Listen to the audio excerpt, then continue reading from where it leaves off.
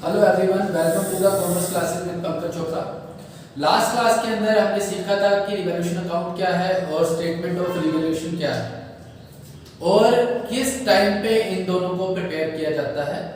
तो बेटा आपको लास्ट क्लास में बताया गया था कि अगर पार्टनर्स जो हैं वो ऑल्टर्ड वैल्यू को, जो भी एसेट और लायबिलिटीज है उनकी जो रिवाइज्ड वैल्यूज है या ऑल्टर्ड वैल्यूज हैं, अगर वो उनको रिकॉर्ड करना चाहते हैं बुक्स के अंदर यानी कि बैलेंस शीट के अंदर, तो उसका ट्रीटमेंट क्या होगा, और अगर वो उसको रिकॉर्ड नहीं करना चाहते तो उसका ट्रीटमेंट क्या होगा। ये हमने लास्ट क्लास के अंदर पढ़ा था कि अगर वो रिकॉर्ड करना चाहते हैं तो आपको रिवैल्यूएशन अकाउंट बनाना है, और अगर वो रिकॉर्ड नहीं करना चाहते तो आपको क्या बनाना है, वहां पे स्टेटमेंट ऑफ रिवैल्यूएशन। ठीक है बेटा, आज जो हम करेंगे इसके ऊपर एक क्वेश्चन करेंगे हम, जिसके अंदर हम रिवैल्यूएशन अकाउंट को भी बनाना सीखेंगे, साथ ही साथ स्टेटमेंट ऑफ रिवैल्यूएशन को भी बनाना सीखेंगे। ठीक है बेटा, तो प्लीज ध्यान से क्वेश्चन को सुने। स्क्रीन के ऊपर आपके क्वेश्चन दिखेगा अभी आपको, आप प्लीज ध्यान से सुनते रहे क्वेश्चन को। क्वेश्चन में लिखा हुआ है A B and C are partner sharing profit and losses in the ratio of 5:3:2। तीन पार्टनर हैं ए बी सी, रेशियो दे रखी है 5:3:2। From 1 April 2018 they decided to share future profit and losses equally. Their balance sheet as at 31st March 2018 stood as follows. वो कह रहा है तीन partner हैं ए बी और सी, और उनकी बैलेंस शीट जो है वो आपको दे रखी है, रेशियो दे रखी है। ए बी सी पार्टनर है 5:3 उनकी ओल्ड रेशियो है, न्यू रेशियो उनकी क्या है, इक्वल यानी कि 1:1, ये उनकी न्यू रेशियो है। ये क्वेश्चन में आपको गिवन है। बैलेंस शीट में लायबिलिटी साइड पे आपको देख रहा है sundry creditors 50,000, salaries payable 25,000, outstanding expenses 20,000, general reserve 50,000, workman compensation reserve 70,000, capital accounts A 4 lakh, B 2,50,000, C 1,50,000। Total capital है आपकी 8 lakh.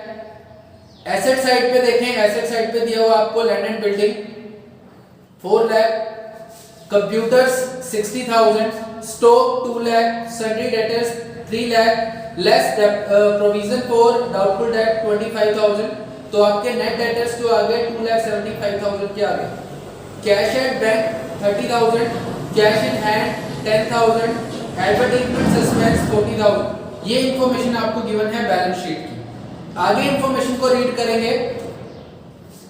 Partners agreed that value of land and building be increase to ₹5 lakh. बेटा question के अंदर बोला हुआ है value of land and building be increase to ₹5 lakh. तो land and building को आपको 5 लाख तक बढ़ाना है। तो बेटा आपको लिखवाया गया था टू और एट में डिफरेंस, टू और एट और बाय 3 टर्म्स लिखवाई गई थी। तो जब भी स्टेटमेंट के अंदर या ट्रांजैक्शन के अंदर लिखा हुआ आता है टू या एट, तो इसका मतलब आपको बुक वैल्यू में और रियलाइजेबल वैल्यू और मार्केट वैल्यू के अंदर डिफरेंस देखना होगा। तो लैंड एंड बिल्डिंग की अगर आप बैलेंस शीट के अंदर वैल्यू देखेंगे तो लैंड एंड बिल्डिंग की वैल्यू है 4 लाख और अब वो कितने की होगी, 5 लाख की। तो अगर एसेट बढ़ेगी तो आपको प्रॉफिट होगा। प्रॉफिट कितने का होगा, इन दोनों का डिफरेंस, यानी कि 5 लाख में से आप माइनस कर देंगे 4 लाख को, तो आपका प्रॉफिट हो जाएगा 1 लाख रुपए लैंड एंड बिल्डिंग पे। नेक्स्ट पॉइंट पढ़े, and stock to be decreased by ₹20,000। Stock को 20,000 से कम करना है। बाय लिखा हुआ है, बाय का मतलब से, तो जितना भी अमाउंट लिखा हुआ होगा उतना ही अमाउंट आपको रिवैल्यूएशन में लिखना है। यहां पे लिखा हुआ था stock be decreased by ₹20,000, stock को 20,000 से कम करना है। Provision for doubtful debt to be return back since old debtors are good. वो कहता है कि प्रोविजन जो है उसको रिटर्न बैक यानी कि वापस कर दिया जाएगा क्योंकि सारे डेटर बढ़िया हैं। तो प्रोविजन जो होता है वो आपके लिए एक टाइप का लॉस होता है। अब आपके सारे के सारे डेटर बढ़िया है, इसका मतलब आपका जो प्रोविजन है वो बच गया, आपको प्रॉफिट हो गया। क्लियर बेटा? प्रोविजन हम क्रिएट किस लिए करते हैं, ताकि अगर कोई हमारा डेटर हमारे को पैसे नहीं देगा तो हम उसके लिए प्रोविजन क्रिएट करते हैं। ठीक है, अब यहाँ पे सारे डेटर ही बढ़िया है तो आपको प्रोविजन बनाना ही नहीं पड़ रहा। तो जो प्रोविजन ऑलरेडी आपने 25,000 का बना रखा है वो आपको बेनिफिट मिल गया, फायदा हो गया। ठीक है बेटा, नेक्स्ट लिखा हुआ है out of salary payable ₹15,000 was not payable। वो कह रहा है कि जो सैलरी पेबल है उसमें से 15,000 आपको नहीं देने, तो 15,000 का आपको फायदा हो गया। क्यों? क्योंकि लायबिलिटी थी आपकी आउटस्टैंडिंग सैलरी, अब वो 15,000 से कम हो गई, तो अगर लायबिलिटी कम हो जाएगी तो हमारे को क्या हो जाएगा, फायदा हो जाएगा। नेक्स्ट पॉइंट लिखा हुआ है outstanding expenses are to be return back being not payable. Outstanding expenses आपको बैलेंस शीट में देखें, बैलेंस शीट के अंदर आपको आउटस्टैंडिंग एक्सपेंसेस दिए हुए हैं 20,000 के। अब ये आपको देने नहीं पड़ेंगे, अगर आपको लायबिलिटी देनी नहीं पड़ेगी तो आपको फायदा हो जाएगा। क्यों? क्योंकि आपकी लायबिलिटी कम हो गई। नेक्स्ट लिखा हुआ है a provision for workman claim be made for ₹30,000। बेटा वर्कमैन कंपनसेशन रिजर्व आपको दे रखा था 70,000 का, उसका क्लेम कितने का आया है, 30,000 का। वर्कमैन कंपनसेशन रिजर्व का ट्रीटमेंट रिवैल्यूएशन में सिर्फ तब होगा अगर वो इंक्रीज होगा तो। अगर वर्कमैन कंपनसेशन रिजर्व जो है वो डिक्रीज होता है तो उस केस के अंदर वो जितना भी बैलेंस बचेगा डिक्रीज होने के बाद, जो भी बैलेंस बचेगा वो सारा पार्टनर्स कैपिटल के अंदर जाके डिस्ट्रीब्यूट हो जाएगा उनकी ओल्ड रेशियो के अंदर। क्लियर बेटा? यहाँ पे वर्कमैन कंपनसेशन रिजर्व आपको बैलेंस शीट में दे रखा है 70,000 और उसकी लायबिलिटी है 30,000, तो वो कम हो गया, कम हो गया तो रिवैल्यूएशन में नहीं आएगा। ठीक है। नेक्स्ट है goodwill is valued at ₹60,000। Goodwill जो है वो 60,000 की हो गई, गुडविल कभी भी रिवैल्यूएशन अकाउंट में नहीं आएगी। B was to carry out the work for reconstitution of the firm at a remuneration including expenses of ₹10,000, expenses paid by B amounted to ₹4,000। अब हुआ क्या, B को ये बोला गया कि जो भी हम काम कर रहे हैं, जो भी ये रीवैल्यूएशन कर रहे हैं हम, इसके लिए आपको काम करना पड़ेगा, मतलब ये सारा काम आपको करना पड़ेगा। तो इसके लिए हम आपको क्या करेंगे, 10,000 रुपए सैलरी देंगे, जिसमें से खर्चे भी आपको खुद ही बियर करने पड़ेंगे। और बी ने खर्चे दिए 4,000। बेटा बी को हमने बोला कि आपको इस काम के लिए 10,000 मिलेंगे। अब 10,000 जो मिलेंगे उसको, वो 10,000 किस काम के लिए मिल रहे हैं उसको, सिर्फ इसी काम के लिए ताकि वो रिवैल्यूएशन करे। तो ये 10,000 रुपए आपका एक्सपेंस हो जाएगा। जो 4,000 बी ने खुद अपनी पॉकेट से पे किए हैं उसका कोई भी ट्रीटमेंट नहीं होगा। क्यों नहीं होगा? क्योंकि हमने बी को बोला आप ये काम कर दें, इसके लिए 10,000 आपको दिए जाएंगे, इसी में से ही आपके सारे एक्सपेंसेस आपको बियर करने हैं। अब इन ट्रांजैक्शंस की हेल्प से हम लोग रीवैल्यूएशन अकाउंट और स्टेटमेंट ऑफ रीवैल्यूएशन बनाना सीखेंगे कि इन दोनों को बनाने के तरीके क्या है। ठीक है बेटा, ध्यान से सुने इस चीज को।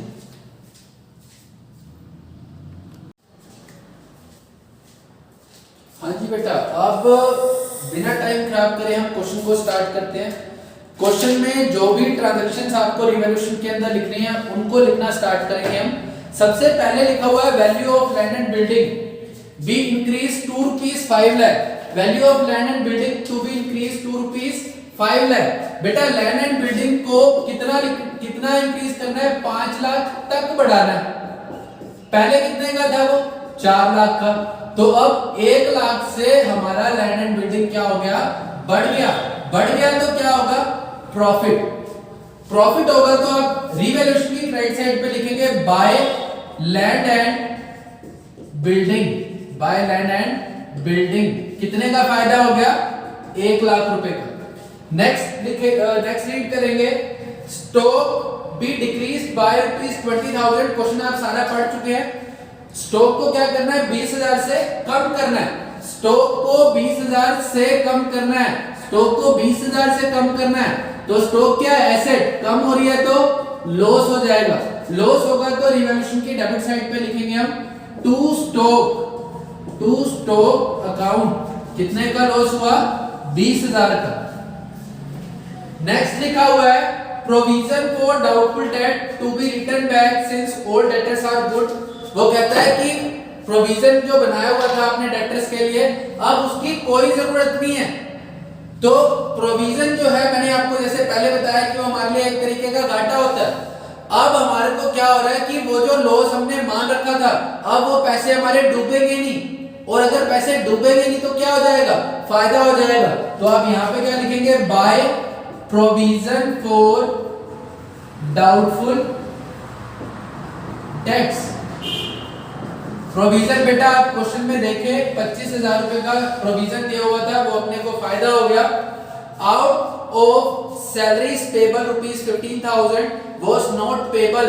बेटा आउटस्टैंडिंग सैलरी अपनी थी 25,000 की, सैलरी पेबल या आउटस्टैंडिंग सैलरी एक ही बात है, 25,000 की हमने सैलरी देनी थी। अब कह रहा है उसमें से 15,000 नहीं देने पड़ेंगे। सैलरी पेबल का मतलब क्या है, लायबिलिटी। सैलरी पेबल का मतलब क्या होता है, लायबिलिटी। और अगर हमारी लायबिलिटी कम हो जाएगी, पहले देने थे 25,000, अब वो कहता है 15,000 मत देना। क्या कहता है, 15,000 मत देना। तो 15,000 नहीं देने पड़ेंगे तो हमारे को फायदा होगा। तो यहाँ पे आप क्या लिखेंगे, by salary payable. By salary payable, ये आपकी लायबिलिटी कम हो गई 15,000 से, तो हमारे को फायदा हो गया, इसलिए क्रेडिट साइड पे लिख देंगे। नेक्स्ट पॉइंट लिखा हुआ है, outstanding expenses are to be return back being not payable. Outstanding expenses being return back मतलब कि इनको खत्म कर दो, आउटस्टैंडिंग एक्सपेंसेस को खत्म कर दो। क्यों, क्योंकि ये हमारे को देने नहीं पड़ेंगे। बेटा बैलेंस शीट में देखिए आउटस्टैंडिंग एक्सपेंसेस आपको दिए हुए हैं 20,000 के, तो ये 20,000 देने नहीं पड़ेंगे तो फायदा हो जाएगा। आप यहाँ पे लिखेंगे by outstanding expenses 20,000। Clear. Next point is provision for, इसके बारे में हम डिस्कस कर चुके हैं कि इसको लिखना ही नहीं है, क्योंकि रिवैल्यूएशन एसेट और लायबिलिटीज का होता है, रिजर्व्स का नहीं। तो रिवैल्यूएशन वर्कमैन कंपनसेशन जो रिजर्व है उसको रिवैल्यू कर रहे हैं। अगर उसको रिवैल्यू करने पे आपकी लायबिलिटी बढ़ती, यानी कि उसके लिए जो क्लेम है वो रिजर्व से ज्यादा आ जाता है, तब तो यहां लिखते, अदरवाइज लिखने की जरूरत नहीं है। गुडविल आपको बताया ही है, गुडविल कभी भी रिवैल्यूएशन के अंदर नहीं आएगी। बी को 10,000 रुपए आपने सैलरी देनी है इस रिकॉन्स्टिट्यूशन के काम के लिए, मतलब जो प्रॉफिट शेयर रेशियो चेंज की है या एसेट और लायबिलिटीज को जो रिवैल्यू करवाया जा रहा है उस काम को करने के लिए बी को अपॉइंट किया हमने और उसको बोला सर आपको 10,000 रुपए सैलरी देंगे, जो भी खर्चे हो वो आप खुद अपनी पॉकेट से बियर कर लेना। उसने बोला ठीक है मैं काम कर दूंगा। तो बेटा हमारे लिए खर्चा हो गया कितना, 10,000। क्यों, क्योंकि हमने उसको बोल दिया कि आप ये काम करो, हम इसके लिए आपको 10,000 देंगे। तो 10,000 आपके लिए एक्सपेंस हुआ, तो यहाँ पे आप लिखेंगे टू बीस रेम्यूनरेशन, ये आपके लिए एक्सपेंस है। कितने का एक्सपेंस हो जाएगा यहाँ पे आपका, 10,000 का। और कोई इंफॉर्मेशन नहीं है, आपका रिवैल्यूएशन रेडी है। अब इसका प्रॉफिट और लॉस कैसे निकालते हैं वो देखो, दोनों साइड का टोटल करेंगे, दोनों साइड का टोटल कर लो। इधर क्रेडिट साइड पे 1,25,000 प्लस 15,000, 1,40 प्लस 20, 1,60,000। मतलब अपने को फायदे तो कितने के हुए, 1,60,000 के फायदे हुए, नुकसान कितने का हुआ, 30,000 का। तो जो आपका नेट रिजल्ट आया वो क्या बचा, बड़े क्या है दोनों में से, प्रॉफिट और लॉस, दोनों में से बड़ा क्या है, प्रॉफिट या लॉस, बड़ा है प्रॉफिट। तो बैलेंस भी किसका बचेगा, प्रॉफिट का। तो यहाँ पे आप लिखेंगे टू पार्टनर्स कैपिटल अकाउंट। जो भी प्रॉफिट होगा बेटा आप पार्टनर्स में ए बी और सी में बांट देंगे। प्रॉफिट आएगा आपका 1,30,000 का, 1,60,000 में से 30,000 माइनस करेंगे तो प्रॉफिट आएगा आपका 1,30,000 का। इनको आप बांट देंगे कौन सी रेशो में, ओल्ड रेशो में। उनकी ओल्ड रेशो क्वेश्चन के अंदर गिवन थी आपको 5:3:2। तो इसके टोटल पार्ट कितने हो जाएंगे 1,30,000 के, 5 और 3 8 और 2 10 पार्ट होंगे। एक पार्ट कितने का, 13,000 का। ए को कितने पार्ट देने, 5 पार्ट। तो मल्टीप्लाई करेंगे तो कितना आएगा 65। 13 के और बी को कितने देने, 3 पार्ट, तो इसका हो गया 39,000। सी को देने 2 पार्ट, तो इसका हो गया 26,000। बेटा आप ध्यान से इसको देखें, मैंने आपको बताया था जब भी रिवैल्यूएशन अकाउंट बनाने के लिए वो बोलेगा तो प्रॉफिट कौन सी रेशो में बांटेंगे, प्रॉफिट या लॉस, उनकी ओल्ड रेशो में, जो भी प्रॉफिट आया या लॉस आया। अब सर अगर वो बोलता कि मैं इसको रिकॉर्ड नहीं करना चाहता तो क्या होता, तो बेटा हम बनाते हैं statement of revaluation. Statement of revolution में बड़ा ही इजी तरीका है इसको बनाने का। बेटा इसके अंदर आपको लाइंस लिखनी है, अकाउंट की फॉर्म में नहीं बनाना, ठीक है। तो आप क्या करेंगे, यहाँ पे ऐसा टी शेप थोड़ा सा बना ले और यहाँ पे लिख देते हैं हम पर्टिकुलर्स और यहाँ पे लिख देते हैं रुपीस। तो जो भी आपको प्रॉफिट या लॉस हुए वो लिखने आपको, जैसे फर्स्ट ट्रांजैक्शन आपने पढ़ी थी उसमें बोला गया था लैंड और बिल्डिंग को आपको 5 लाख तक बढ़ाना है, तो आपको प्रॉफिट हुआ था। आप यहाँ लिखेंगे कैसे, ऐसे लिखेंगे profit on revaluation of land and building. कितने का प्रॉफिट हुआ अपने को, 1 लाख। बस ऐसे लिखते जाना है। प्रॉफिट लॉस आएगा उसी तरीके से जो आपको रूल सिखाएगा रिवॉल्यूशन का, बस लिखना है इस तरीके से। दूसरी बार आपको स्टॉक को रिड्यूस करना था, तो यहां पे क्या लिखेंगे हम, loss on revaluation of stock. कितने का हुआ था, 20,000 का। इसके बाद प्रोविजन जो था वो आपको नहीं बनाना था, तो वो आपको प्रॉफिट हुआ था, तो यहां पे आप लिखेंगे profit on revaluation of debtors. Profit on revaluation of debtor, कितने का फायदा हुआ अपने को डेटर्स पे, 25,000 का। जो प्रोविजन नहीं बनाना पड़ा, बेटा लिखने का तरीका चेंज हुआ है बस, बाकी वही है। जो प्रॉफिट्स है उसके आगे आपको प्रॉफिट लिखना है, जो लॉस हुआ है उसके आगे आपको क्या लिखना है, लॉस। नेक्स्ट आपको था, लिखवाया था इसके अंदर out of salary payable 15,000 was not payable, तो यहाँ पे भी आपको प्रॉफिट हुआ, तो यहाँ पे आप लिखेंगे profit on revaluation of outstanding salaries. कितने का फायदा हुआ था हमारे को, 15,000 का। फिर उसके बाद प्रॉफिट हुआ आपको profit on revaluation of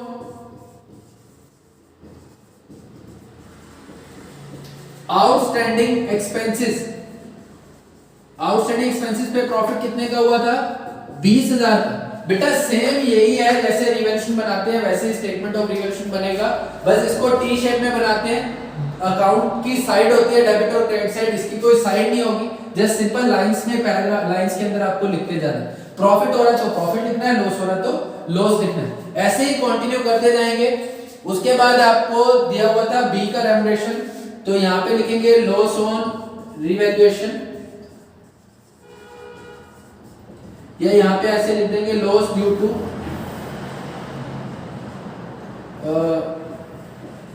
loss due to बीस सैलरी। जो आपको बी को सैलरी देनी है वो कितनी हुई, 10,000। अब यहां से आप लिखेंगे profit on revaluation. Profit on revaluation कितना आ गया, 1,30,000। ये आपका स्टेटमेंट ऑफ रिवैल्यूएशन है। आई होप बेटा आपको समझ आया होगा। फर्क आज सिर्फ हम इस वीडियो के अंदर सिर्फ यही सीख रहे हैं कि अगर रिवैल्यूएशन बनाना है तो कैसे करना है, अगर स्टेटमेंट ऑफ रिवैल्यूएशन बनाना है तो वो कैसे बनेगा।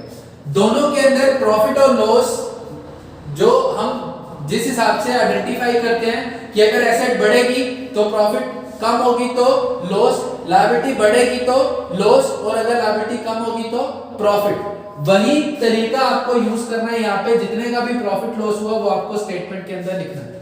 लास्ट में प्रॉफिट वाले टोटल कर लोगे, लॉस वाले भी टोटल कर लोगे, जितने भी टोटल प्रॉफिट है उसमें से लॉस को माइनस करके आपका नेट रिजल्ट निकल के आ जाएगा। ओके बेटा, अब अगर स्टेटमेंट ऑफ रिवैल्यूएशन बनाई है तो पहले प्रॉफिट आ गया। अब इसके लिए आप जैसे गुडविल पे करते थे ना, एडजस्टेबल पहले गेनिंग और सैक्रिफाइसिंग रेशियो निकालेंगे, फिर एडजस्टेबल शेयर अमाउंट निकालेंगे और फिर जर्नल एंट्री करेंगे। ठीक है बेटा, नेक्स्ट क्लास के अंदर हम एक बड़ा क्वेश्चन और करेंगे जिसके अंदर तीनों के तीनों टॉपिक्स को, यानी कि गुडविल को, रिजर्व को और रिवैल्यूएशन को, तीनों को हम साथ में लेके काम करेंगे। ओके बेटा, थैंक यू। अगर कोई भी प्रॉब्लम है तो प्लीज कमेंट करके बताएं।